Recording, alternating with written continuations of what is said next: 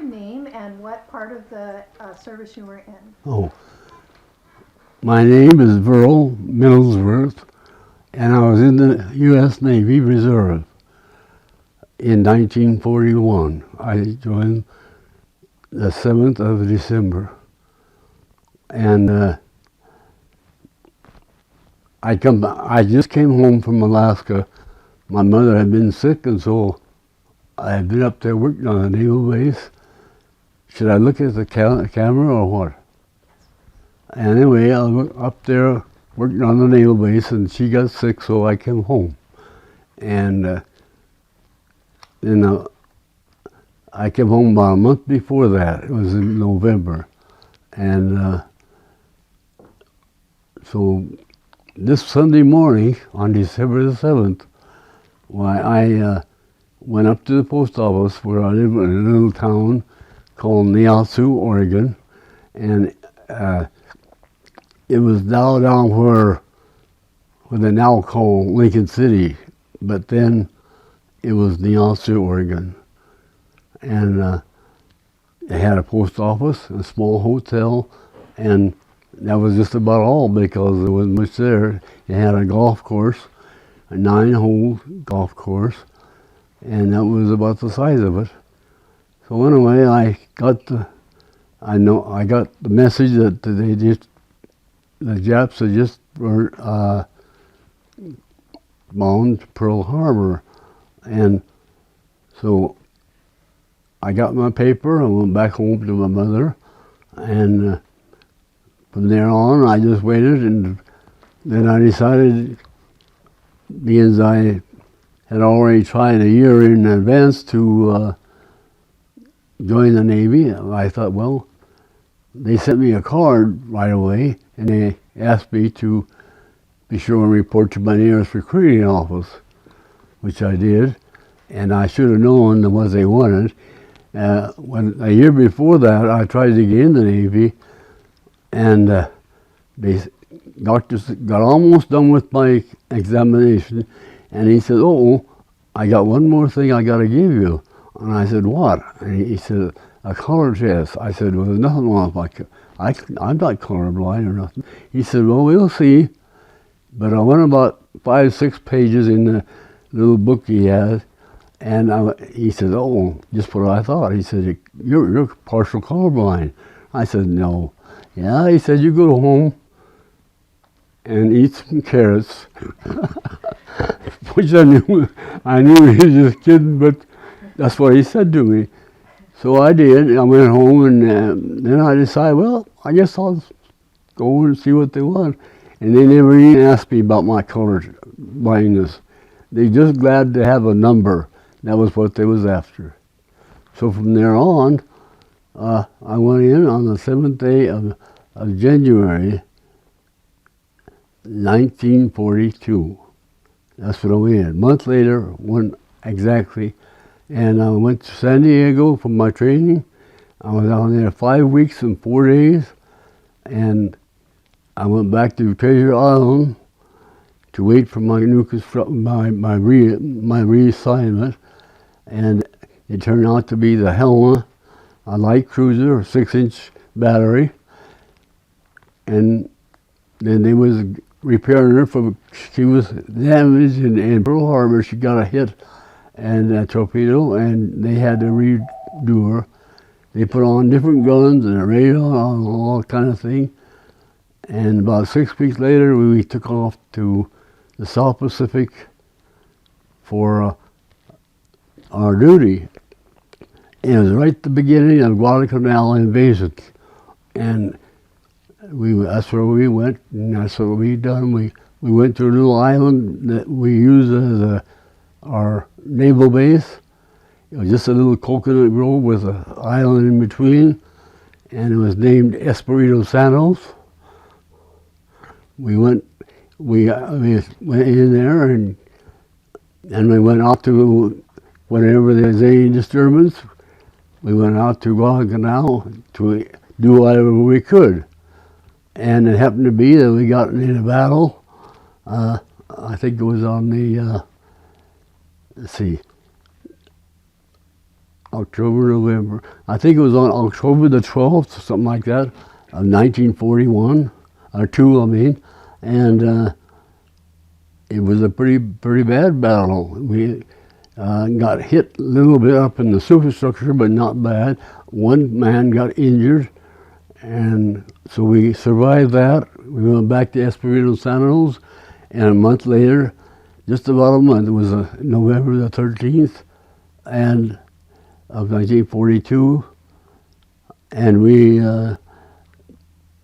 got in another battle, which was really a bad one, and that's the same night, or next morning is when it was, at the Juneau, the USS Juneau, a light anti-aircraft cruiser, was in our force, and it was on our starboard side, and it was real nice and sunny that day, that morning, and the ocean was real flat and slick, and all at once we had we still were in general quarters because we was heading back from the battle, and we heard an awful explosion. I was in number 4, 5-inch 38 gun mount, and that was an anti-aircraft battery. And I looked out the porthole there, and all I could see was nothing but black up in the sky, and from the explosion. And when it cleared, there was nothing on the water you could see, and it was all clear. The ocean was real flat and slick, just like a mirror. It was smooth. And what had happened, a torpedo was fired at us, but when I was turning the Helena and hit the Juneau amidship, and the Juneau was an anti-aircraft cruiser, and it had all kinds of ammunition like torpedoes and bombs and shells, and it hit the magazine, and up she went sky high, nothing left. And so we went back to our base after our skipper, all skippers were actually informed before that if anybody needed to be picked up or rescued, don't stop, because you're going to be in danger of getting hit yourself. So our skipper, he thought it over, and he kept on going. And afterwards, he was reprimanded for that, because there was an order the Navy put out, but actually we should have stopped and picked up, see if there was any survivors. And these men that did survive, which is only 10 out of the whole bunch, the whole crew, why, if we had stopped, we might have been able to help a lot more of them, because there was a lot of them that survived the crash and they hit the water, but yet the sharks got them. So they had a terrible hard time. And as it went, why, we went on back to our base, and then from there on, we had different missions. We had bombardings. We had all kinds of cruises to make. We traveled thousands of miles around looking for our enemy. And about a year later, somewhere around that, I think it was about a year, a little more better, we was going back to Guadalcanal, which we had already captured, and we started using Guadalcanal as our home operating base, and we only used it once, and then we've been out on patrol. We've been out for about a month or so. We used all our ammunition, bombarding ammunition up and all that kind of stuff, and we got the message that we was to turn around and go back to this place they called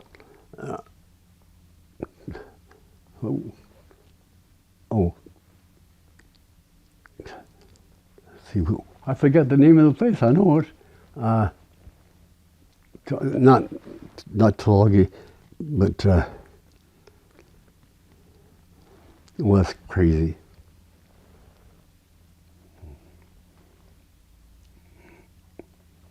Kula Kula Gulf. We was in this area where they was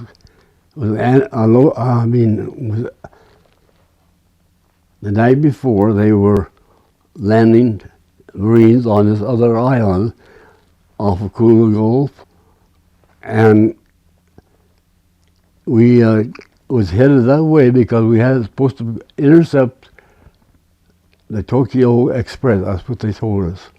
So we made a 180-degree turnaround and went back to Kula Gulf. And on the way in the morning of July the 6th, well, the 5th and the 6th, well, that's where we encountered the Japanese fleet, and the battle was on. And we was zigzagging and also slow down, and we would speed up and all that, kind of break our speed.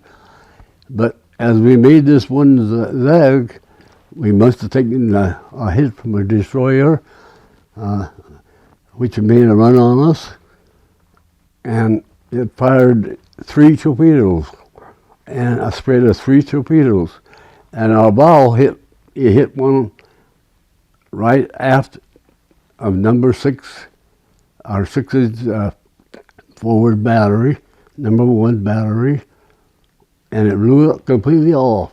125 feet of our bow and number 1 battery, and we took on water. It sprayed back at us. Our power failed, and then just in a few seconds it came back on again, and we started resuming fire, and then they took 2 more torpedoes right amidship, and that broke her back. And so then the captain come out on the bridge, and he had a megaphone and said, "All unnecessary personnel abandoned ship." Well, there was nothing else to abandon ship to, so we just all abandoned ship. And that was about the size of it. I went off of the fantail on a sea ladder, which is a ladder that was made fast to the stern of the ship. We were a bobtail light cruiser, and it had a flat stern on it, and it had a ladder. It was about as clear as the water line to recover our observation planes. We had 4 of them aboard, and so I got down at the bottom, and when I got down at the bottom of the ladder, and my feet was hanging out of the water, and I knew then that the ship was breaking in the middle. I hung there for a few seconds, and I had to drop, so I just dropped. And I came up a spewing a whole bunch of crude oil. That's about all there was. So then I took off on my own toward where I could hear other guys hollering and whatnot, and other rafts being with guys on.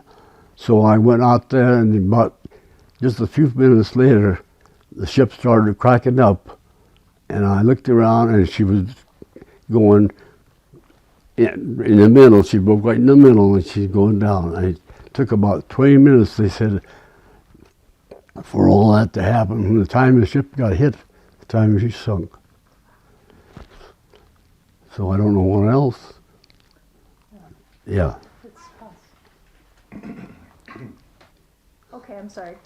Yeah, I went out there to another raft was right nearby, and I hung on to a little rope, which they call lanyards in the Navy, and I just drifted and with the rest of them till daybreak, and that was on, I think, about 2 or so in the morning that we got hit in the battle, and it was just breaking day when we finally got picked up. I think they said it was about 6 hours altogether, and so anyway, that was about all it was, and then we drifted on a while. Pretty soon we seen some ships, a light coming, and we didn't know which one it was. We didn't know whether it was ours or whether it was Japanese. But it happened to be one of our destroyers, and there was 2 of them that stood by for us and was looking for survivors. And the ship I got rescued on was the Nicholas, and the Radford was another little destroyer, and it was the same as what I got rescued by, but it was picking up other survivors. I just got out there through the ship, and there was another general quarters, which means is getting ready to defend off another attack. And there was 3 torpedo planes coming in over the coconut grove, real low, and so they started firing. And I just barely got through the ship when some sailors, what I done, I straddled what they call a fender. It was a round ball that they lowered down on the side of the ship to keep other ships or anything else from bumping into the side of the ship. And I straddled that. Some sailors, they husked me up to the main deck, and the firing started, and the boatswain mate there says, "Get underneath, get down below deck." And I thought to myself, not me. So I dove underneath a torpedo tube, and that's the thing that shoots the torpedoes off of destroyers. I laid there while the battle went on, and it went on for about just a short time, and they knocked down those 3 torpedo planes, those 2 destroyers. And so then the ship got underway real fast like, and we could go back to Guadalcanal for a home base. And that's about all there was to it. So then after that, they give us a place to stay out in the coconut grove underneath some tents like, and Quonset huts. And we stayed there for a few days, and then they took us up to what they call Dundee, Caledonia, New Caledonia. And we was up there for 2 weeks for kind of R&R. And so we finished that. We went back down to the receiving station to either be shipped back to the States or to go aboard some of the ships that needed some sailors or full complement. And we finally was lucky enough to be shipped back to the States on an old troop transport that was made into a troop ship. It was an old freighter, but it was made into a troop transport. And it took us about 7 days to get from there to San Diego.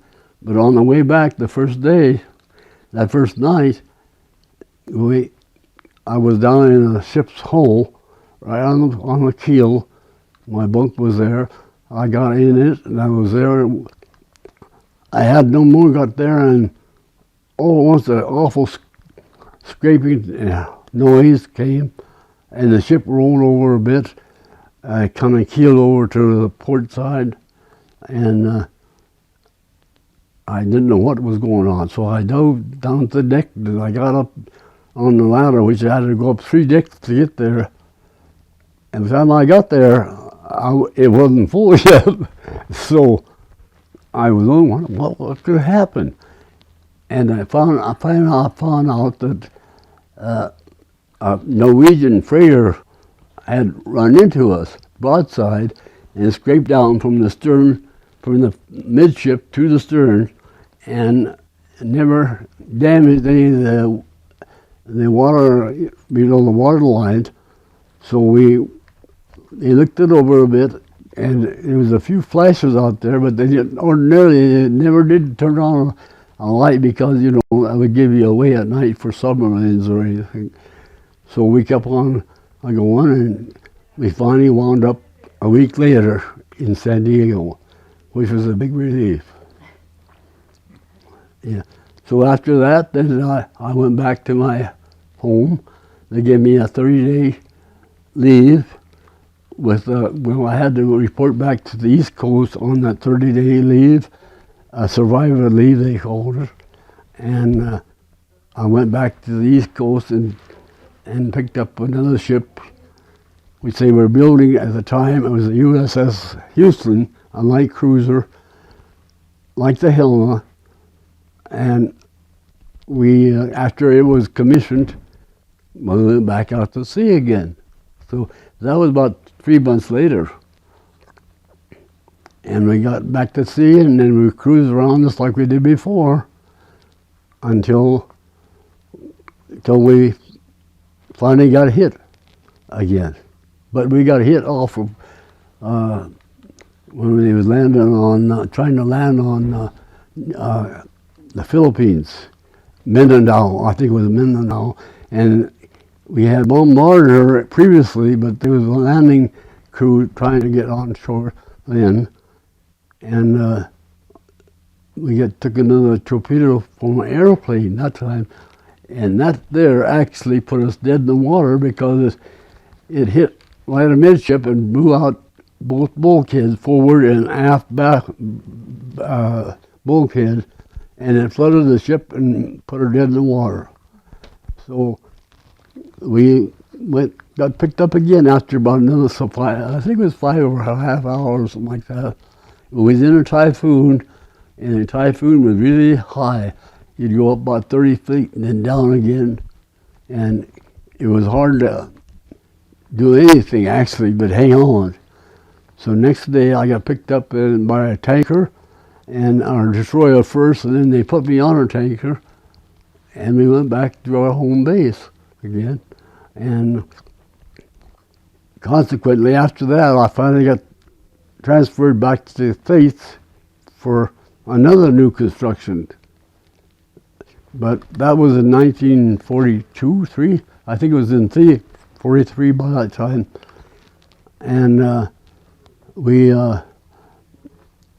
was supposed to go back to Norfolk, Rhode Island. No, not Norfolk. Providence, Rhode Island, for new construction. And it was on the USS, let me see. I can't recall the name right off. But anyway, it was another light cruiser. Then consequently, after all that, during that time, I had caught an awful cold on my leave home, and I went to the doctor to see what was wrong, and they said, well, you got a slight case of pleurisy. And they didn't give me nothing but APC tablets, which was just like aspirin. They didn't do nothing more. That's when I was still at San Francisco in the receiving station, waiting for my new construction. And when I got back to, Providence, Rhode Island, well, I had to turn into sick bay, and they didn't do nothing there but put me in jail more or less because they thought I was trying to get out on a disability from being in the service that long. I guess they thought I was wacky. And finally I blew my top and I got some medical attention after a couple of weeks or so. And I went to the hospital, and I wound up in the hospital for 8 months there and 2 months convalescent hospital. And then the war had gotten over by that time, and before that, and I went back to my duty, and from there I went back to Seattle for discharge, and that was in December 7th of 1942. Yeah. No, yeah, 2. And that's about all I can think of that I could really tell you. That's about the end of my naval service. Discharge. Well, I was discharged on December the 7th, 1945, I think it was. 3 years and 11 months, 1 day after I went in. Wow. That's what and I don't know, I was glad to get out. Were people welcoming when you came? Oh yeah, my family. Most of them, no, other people, you know, they're just neighbors that they were glad to see me back. Mm-hmm. That's about all. Yeah. Yeah. It was nice. Good to be home. I bet. Yeah. Because when you survived one sinking, there wasn't very many ships come out. There was men available, so they'd take off. If you lucked out and survived one ship, and they needed somebody on the other ship the same rate and all, they'd put you on that ship. And so those poor people would get two ships maybe or so before they ever got a chance to get back to the States. Wow. And it was kind of like a Russian roulette, because if you survived one ship and you survived, then you got put on another one before you got to go back to the States. They wouldn't send anybody back to the States right away. Not the first year, not too much. So that's the way it was then. It was pretty rough. On the Helena, we had a couple of guys. I mean, some people off of Chicago. They got sunk during the early part of the war. They put them on the Helena, and then the Helena got sunk. And I hope they got rescued. I mean, I don't remember now whether they ever got survived or not. But you know, that narrow your choices down pretty slim. I was lucky in lots of ways, though. I survived. I never could swim. I never did learn to swim. I haven't yet learned how to swim. Wow. But I made it because I always kept my life jacket with me. And a K-Lock life jacket, and I kept that. And you never slept. And I never.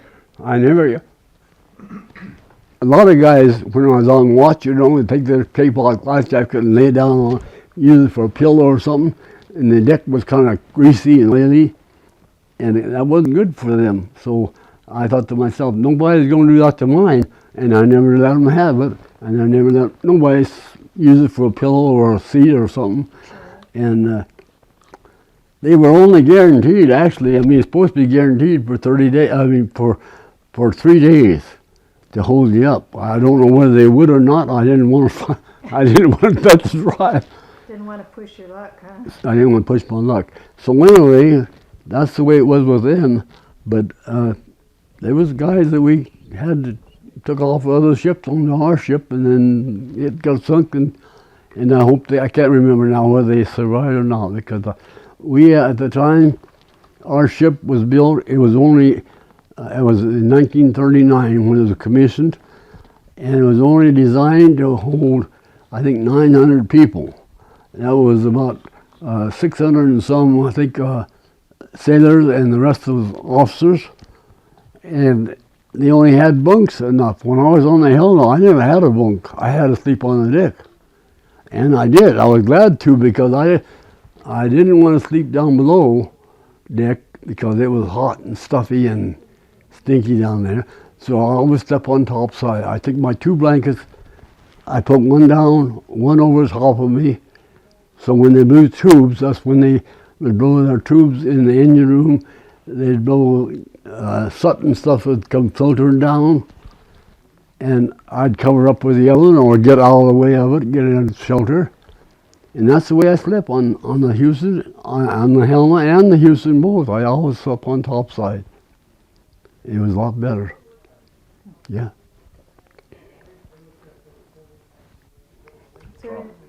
Is there anything that you felt like you needed? Well, tell them about the gentleman you met at the Helena, in Helena, Montana. You went to a reunion there, and you met this gentleman who was actually a war correspondent or a photographer. Yeah. Tell them about that gentleman. That was very. I can't remember his name or nothing. Well, I know who you mean. Yeah. That guy, I don't remember his name offhand. But I met him when I was up there in Newberg, Oregon. My sister and I had an apartment there, and he did too. And he was a correspondent, was on the Radford, on the destroyer at Radford. And he took all kinds of pictures during the battles and whatever. And so when he found out that I was from on the Nicholas, what had happened, my sister and I had two twin sisters, and so I took them to this place was kind of where they had, every Thursday they would serve a dinner for everybody. Never had to be seniors or nothing, and all kinds of people, whoever wanted to come, and they had a good, nice meal. So we had gone there on this one Thursday evening, and we started to sit down at a table, and my sister was sitting there but opposite me, and this man and woman come up and asked if they could join us, and so she said yes. So they sat down, and my sister says, I want you to meet my brother so-and-so, and she said, and he was in the Navy during the war, and he asked what ship, and she said on the Nicholas, and he jumped up, he ran across the side of the table and back to me, and he grabbed a hold of me and started squeezing me. I thought, what is the matter with this guy? And what he turned out to be was that correspondent was on a ship during that service, on the Radford, and we got talking. And then later on, he wrote a regular biography, I guess you would call it, about us and about him, and it was really interesting and very kind of exciting. But I never got so excited like he did. But he was really uptight, and you see, I think his name was Glenn something, but I can't recall his last name. But he was taking photos of your guys being rescued. Yeah. Okay. Oh yeah. Yeah. And Oh, he has yeah. pictures? He took pictures of the survivors of the Helena being rescued by Yeah. those two destroyers. Yeah. Do you have those pictures? Huh? Did he share those with you? Well, yeah, he had quite a few of them. Do you Yeah. have them? Well, I got them at home. Can we perhaps maybe They're in a binder. in a binder? In a binder. Yeah. My right now I have to wait for my nephew Charlie. He's got them, and he'll bring them back to me. Then I can give them to. That'd be nice to add to your story. And Well, if you want. Well, especially if you want to like do the Library of Congress, because they love pictures, and what they would do is take those pictures and so they would put them along with your story. So Oh, yeah. when people brought up your name, they would see not only your pictures Oh. or your story, but your pictures. Yeah. And Well, they, other people might find that really interesting. pardon me. I said other people might find that very interesting. Oh yeah, I suppose. Well, I don't know. I Well, would. I can get him later, but I'll have to wait till I see him. That's He fine. lives up in Beaverton right now. Yeah. Okay. Yeah. That's And very it was interesting. interesting because that gentleman was actually taking pictures of Helena survivors being picked Oh up. yeah, yeah, he was. That's really cool. What are the chances that you guys would meet up? Yeah, that's And the ironic part about it was kind of a very ironic incident. It was happened to be 64 years to the very day that we met. Really? Yeah, that's what it was. Yeah. Since then, that guy has passed on. He's died. He's passed on. But he was an interesting guy. And I think he had a really interesting job too during the war. Yeah. Yeah, yeah. I can't even imagine. yeah. You know, I always tease Verle that at the end of the war he was in Yeah. recovering, Mm-hmm. and because of the trouble he had with his pleurisy, so-called pleurisy. It was pleurisy.